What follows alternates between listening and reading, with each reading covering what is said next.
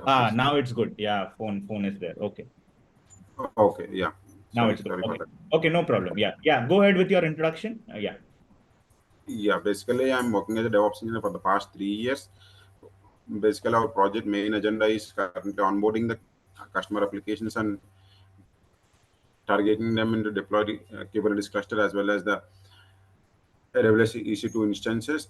And our agenda is we basically use the Terraform scripts to deploy the infrastructure on the Azure as well as the AWS, and as well as we use the Argo CD for the continuous deployment purpose. Yeah, for configuration management, we do manage using the Ansible playbook scripts. Yeah, from past 3 years, I'm working as in a single project. Yeah, that's it. That's it. Okay, great. So, can you just brief me about your CI/CD pipelines, like what exactly you have integrated? Because I see in your resume that you have told that you are working in CI/CD pipelines, starting from the tool number one to the last tool, how the pipelines Okay. are created. Can you tell that entire structure? Yeah, so basically, we do use here Jenkins as well as the GitLab for the CI/CD purpose. So the GitLab, we do use the GitLab runners, which will connect with the Kubernetes clusters in the backend.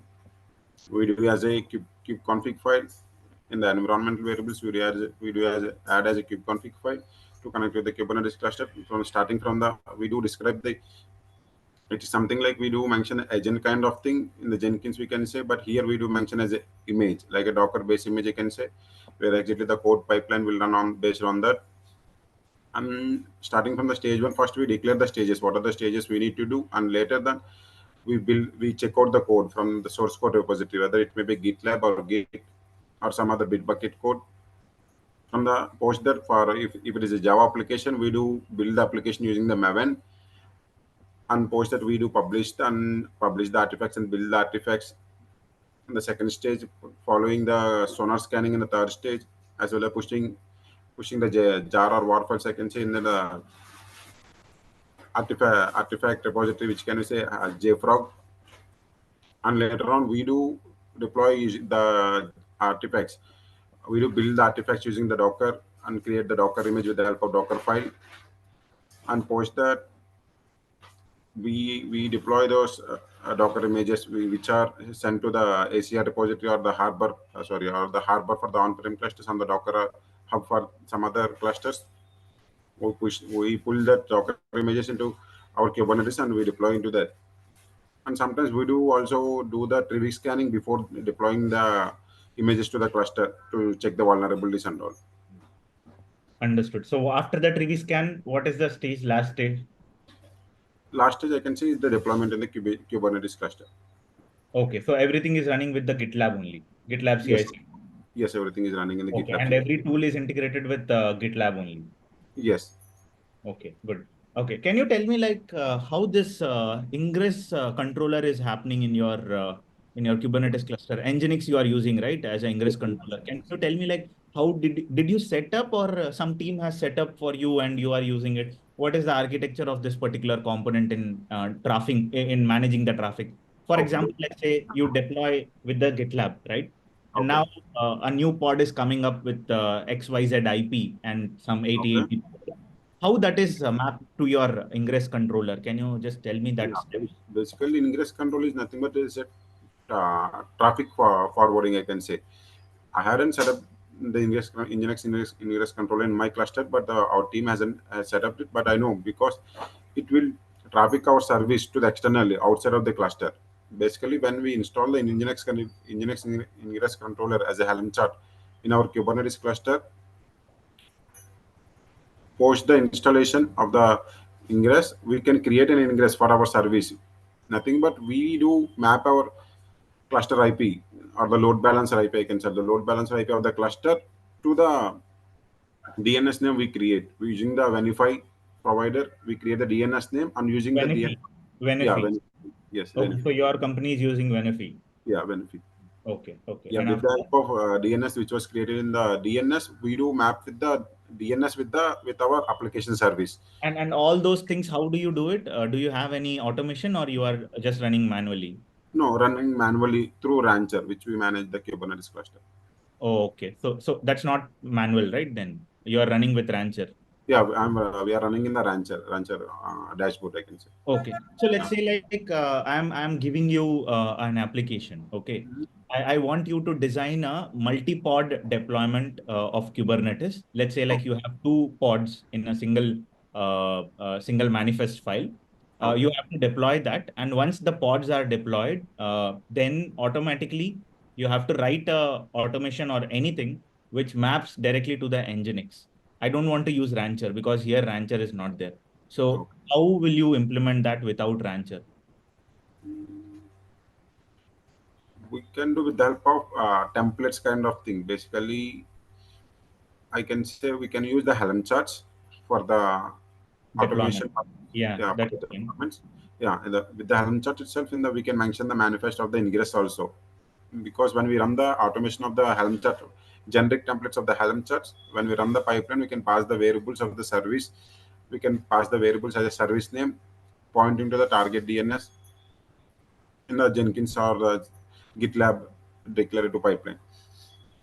Okay, okay, understood. But you can do it, right? Let's say like Yes. I give you a project on this to manage the entire one supply chain application. So will you be designing the DNS? Then you will be adding your Nginx ingress controller. You will be able to do it, right? Yes. Yeah, I can do Praveen. Okay, let's say like our application has deployed. Okay, now I Okay. want my application to have a proper monitoring setup. So I Yes. see that you have worked on Grafana, Prometheus, Loki, configuring alerts, New Relic.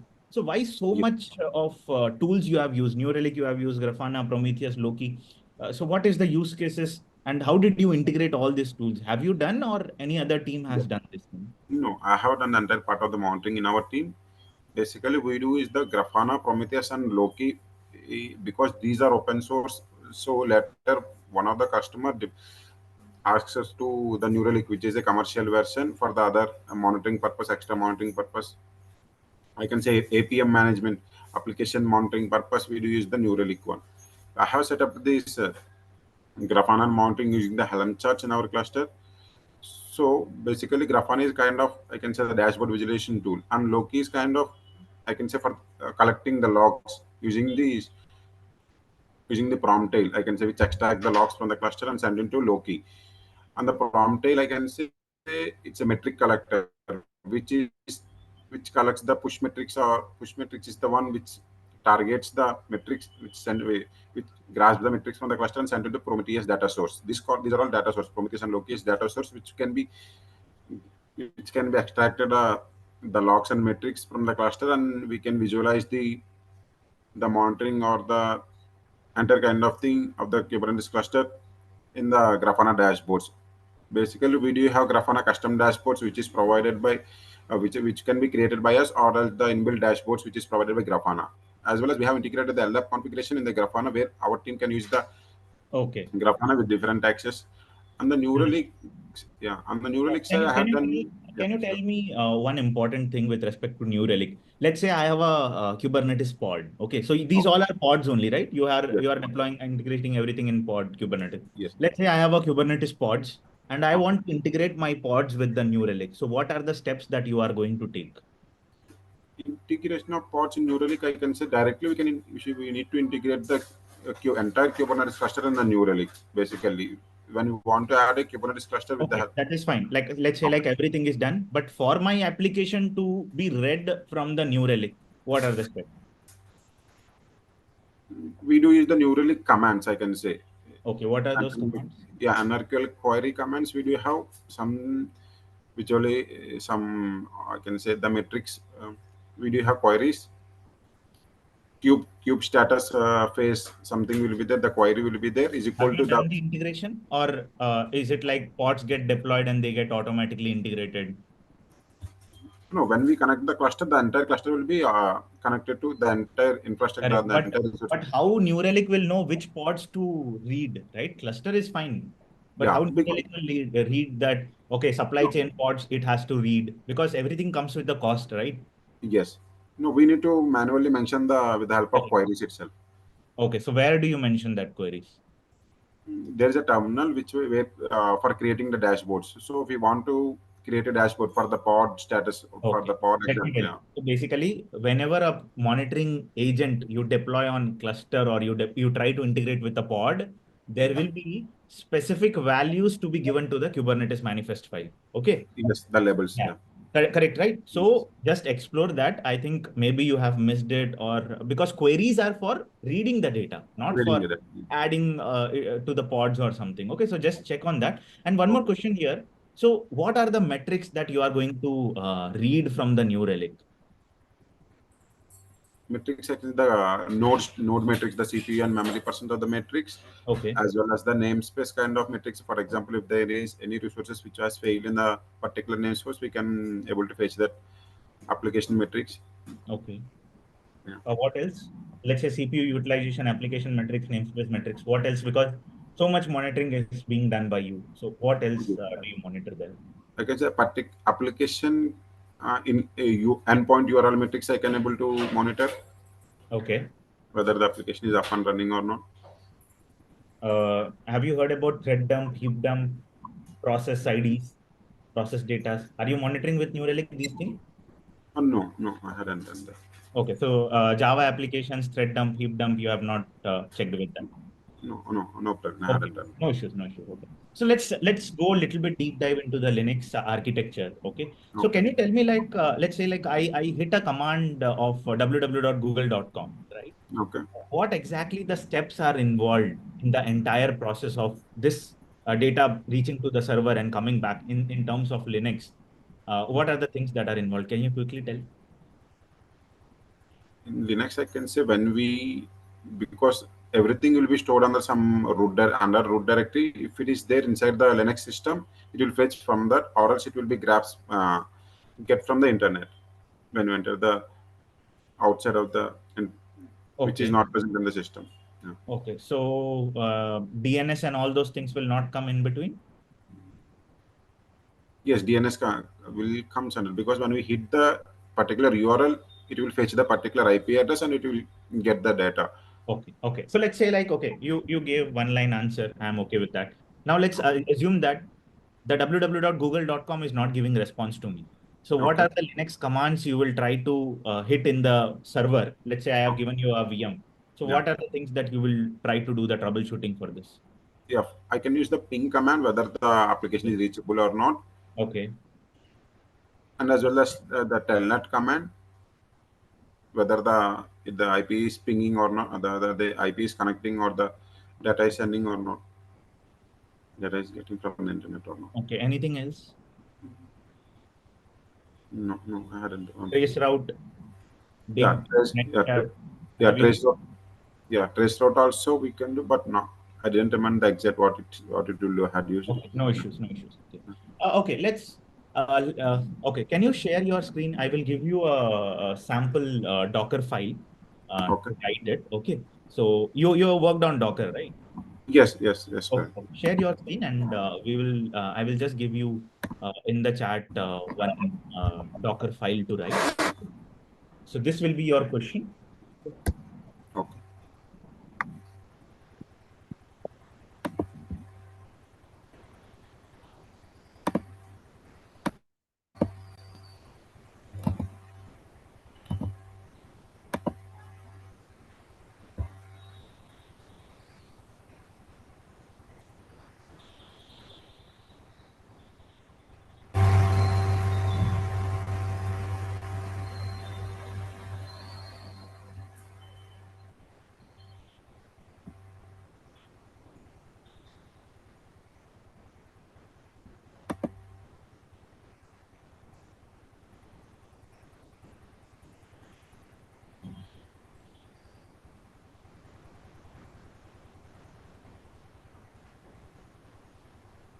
Okay.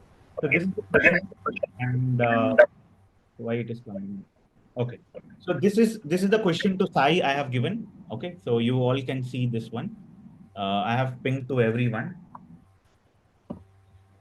Yeah.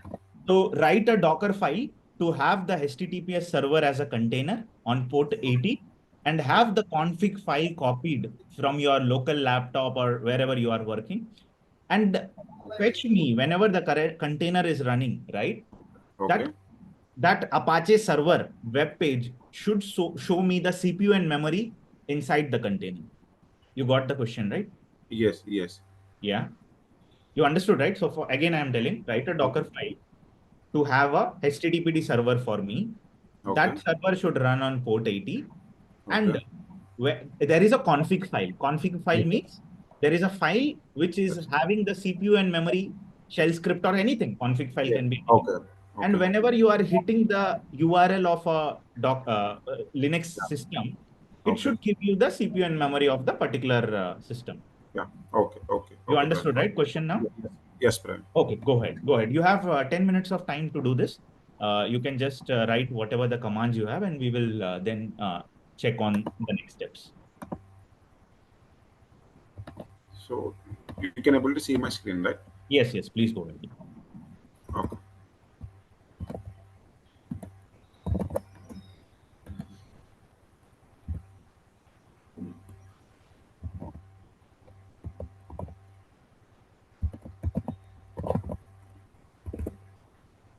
So basically, I start from the from command, which exactly the entire of the Docker file will run on this based on this command. Okay, go ahead. You write it. I will just Okay. monitor it. Yeah. Okay.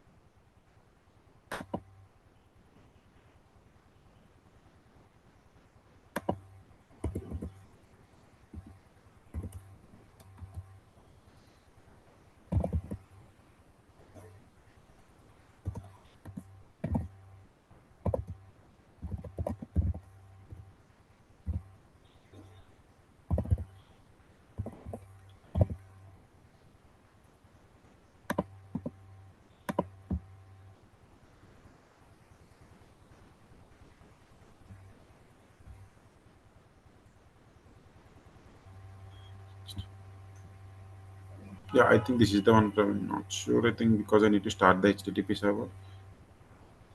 Yeah. So, do you think anything else you want to add it here? Okay.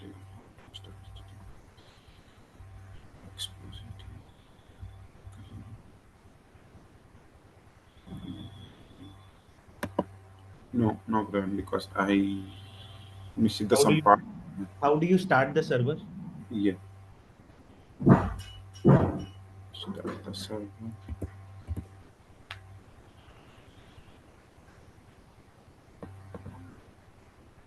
Systemctl start, I can say. Okay, write it. Whatever you are thinking, right? Like Oh, how in the Docker you will start a server. okay.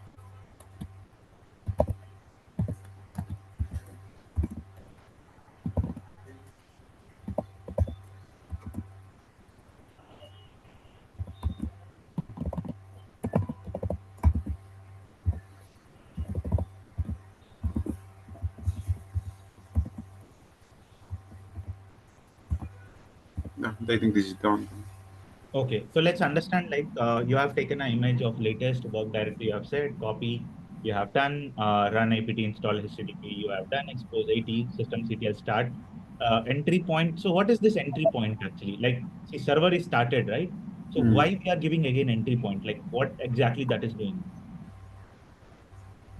Basically, entry point, I can say when the container will run, the entry point command takes place. So the difference between the entry point and command, sorry, CMD and entry point is we can map we can change the parameters during the container also, during the container runtime also. Okay. But what is the main difference, right? So because we are for CMD, we are starting the server, and Yeah. for entry point, we are starting a configuration file.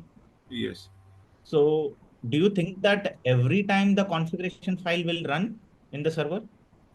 No, no, I think only And one. where you are keeping this configuration file? Because I told you, right? Whenever I am hitting the URL of the Apache, right, Okay. -80, it should show me the CPU and the memory. So do you think that this will work? No, no, because it No, will right? run inside the, yeah, no. Correct. So what you have to do then, like where this config file should be placed in the Apache server so that it should be fetched in the UI.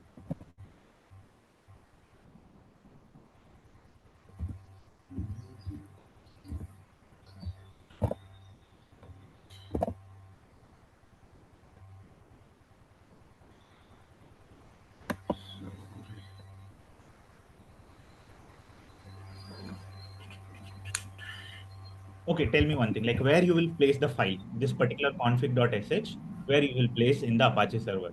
No, inside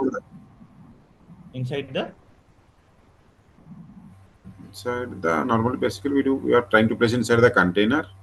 Yeah, container anyways, it's there. But in the container, I have Apache server, right? In the Yes. server, somewhere the file should be there so that a user can access. So you know that path where it should be placed. No, no, I don't care about that. Okay, no issues. So basically, there will be a folder etc. Okay, Apache 2, some folder will be there. There, if you Okay. place this folder file, it will run. Okay, let's Yeah. assume that. Okay, now assume that you have placed the file in that folder. Now, can you tell Okay. me what is there in the shell script with which I will get the CPU and the memory when I am hitting the URL port? 80. Yeah, just write the code for the shell script. That should Okay. be Okay. fine. Okay.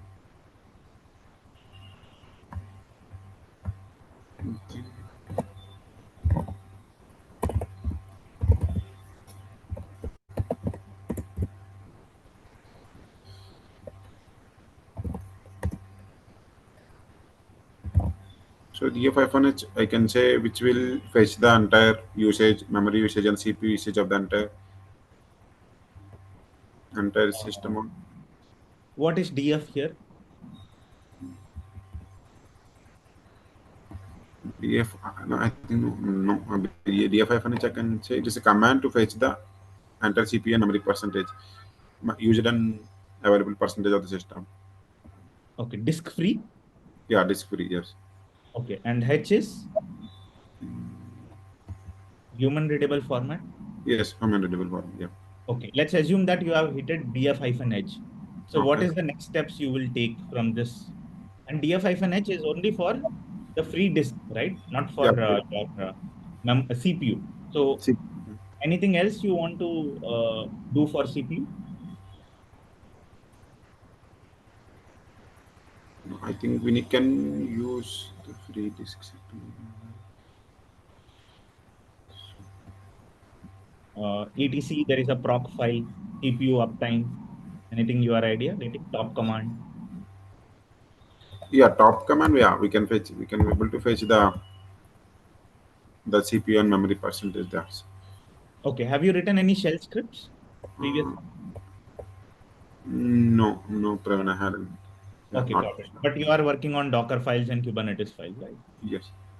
Okay, understood. Are you confident in writing Kubernetes file? Yes, yes, Praveen. Okay. Let's start with that. So write a Kubernetes file for DaemonSet. Okay, Okay. because you are working on the Prometheus, Grafana, Loki, and Yes. New Relic. So I want you to install a New Relic agent. Okay. Okay, in the Kubernetes cluster as a daemon set. Okay. Yeah, please start. Yeah.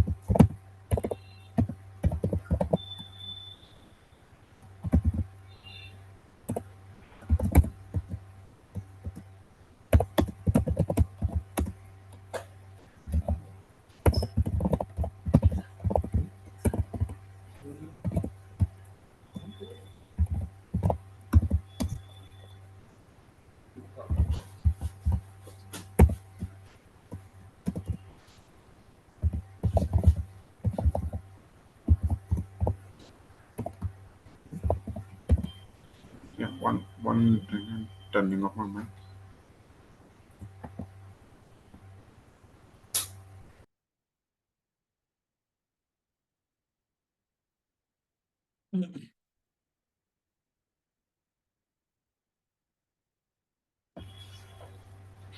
Yeah, sorry. Yeah.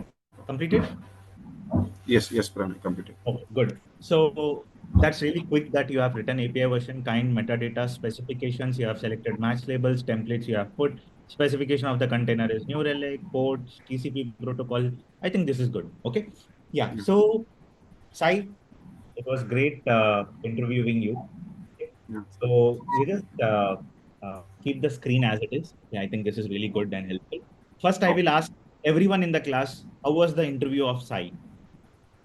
Good, bad, anything you wanted to give as a feedback? Have you learned anything new? What about others?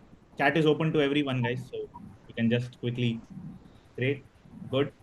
Have you understood like what different aspects people look for a candidate? Yes, right. And whatever he has kept, I have asked him, right? Very simple. But my primary important learnings for today will be I will be telling what exactly he has to improve, right? And for everyone, this is very important. So let's start with the feedback, right? So, Sai, thanks a lot. You can stop your screen share. Let me screen share. Okay. Yeah, thanks.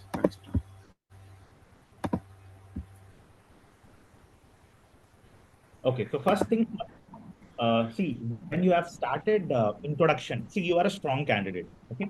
There are some Yes. areas of improvements. There are good areas also which you have worked. And because interview is very small and it's for everyone to learn, I have not gone into deep, but I can actually go very deep to help you understand like what exactly it is to, right? Uh, so first Yes. thing, Sai, I see that you are 3 years experienced guy.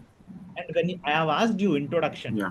you should be like a lion when Mm. you are giving an introduction, right? For example, let's say like I am giving the introduction right now. Hi, this is Praveen here. I have total of 3 years of experience and currently working with LTI Mindtree. I have worked on multiple CI/CD pipelines and deployed various kinds of Kubernetes applications on Kubernetes cluster. I have been a primary point of contact with respect to monitoring. I have worked on New Relic, Prometheus, Grafana, Loki, Splunk, and all these things have been integrated with Kubernetes. And we are using also the Nginx controller where I have done all the deployments with the help of Rancher. At the same time, I'm very confident in creating the Terraform architecture with respect to the Terraform files.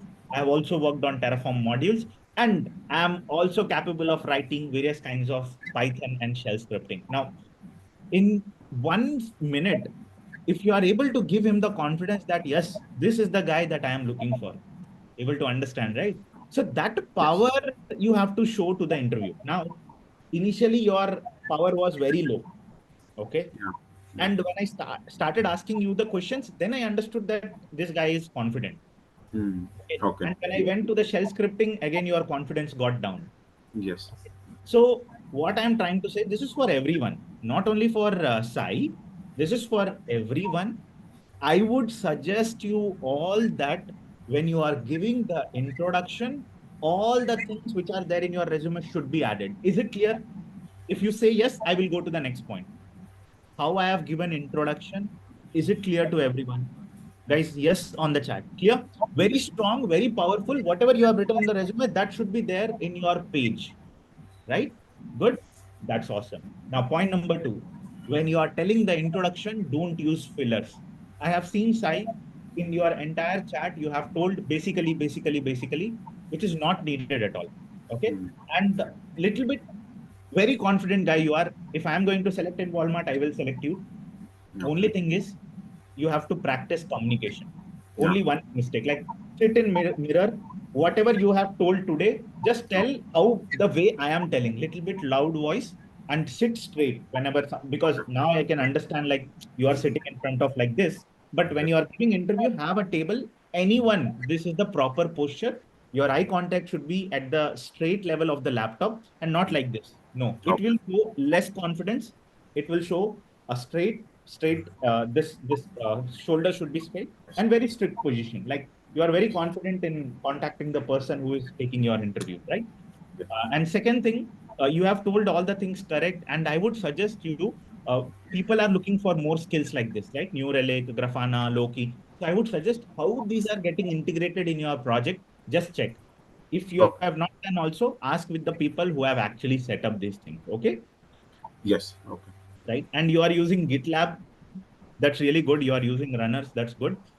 But here, how you are differentiating all the tools, how you are integrating all the tools, that if a person goes on depth, you should be knowing that, because Jenkins means everyone knows, like go into the tool section, they will do. But for GitLab, where you do, that's one important thing which you have to little bit concentrate on that. And your coding skills, little bit improvement needs to be there. I understand that you have understood the question very well.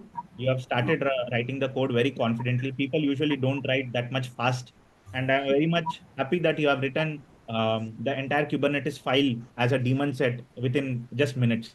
And I'm pretty much sure that many people cannot write complete file, right? But you have written. Only thing is shell scripting. See, even you have not told the how the www.ping works. You have not Yeah. told what commands you are using, netstat, telnet, TCP, which we have already covered in the week 0 of the Yes. first. So Linux, you are very weak. For Linux, I'm not going to take you. Only for Kubernetes, Docker, your Terraform, your projects, I'm going to take you. Okay. Okay. See, Yeah. today, what you do, wherever you get Linux, entire commands like symlink, hard links, soft links, what is the trace route, nginx controllers, how it is working. Every Linux command should be on your fingertip. df-h, top command, what is CPU, what is memory, how do you get the systems, thread, TCP dump, what is that, heap dump, process IDs, memory dump. Everything should be on your fingertips when I'm talking about Linux. Clear? Yeah. Yeah. Linux Sure. and little bit on your communication. These two factors are very much important for you to clear interview. Okay. But rest Okay. assured, you have come to me, you have understood the game here, how to give an interview. And among all the people, you have taken one step forward to understand what are your positives, what are your negatives. So kudos to you. And thanks a lot. So guys, we will wish good luck to Sai, right? So because he has come forward and talked with us. So Sai, all the best. And if you get selected in any company, please let me know. So I will be more Yeah. than Sure. Yeah. okay. Sure. Thank you. Thank you so much. Great. Thanks a lot. Thanks a lot. Yeah, you can switch off your video and you can go back to the panelist position. Okay, that was really good, guys. And I think, see, if a person is writing Kubernetes file with that much confidence, even the interviewer will feel happy. Yaar, acha, theek hai, I am taking one good person who is at least confident in writing some files. Yeah, do you agree with me, everyone? Yes. So I think he is doing great. Yeah, heartful, all the best. So everyone is giving all the best, Sai. So I think I'm very much happy that when I asked, I was initially thinking like at least one person, if someone comes, right, people will try to understand what kind of questions people are asking, right? That's very much important. So that's the importance of how you learn, right? So anyone else would like to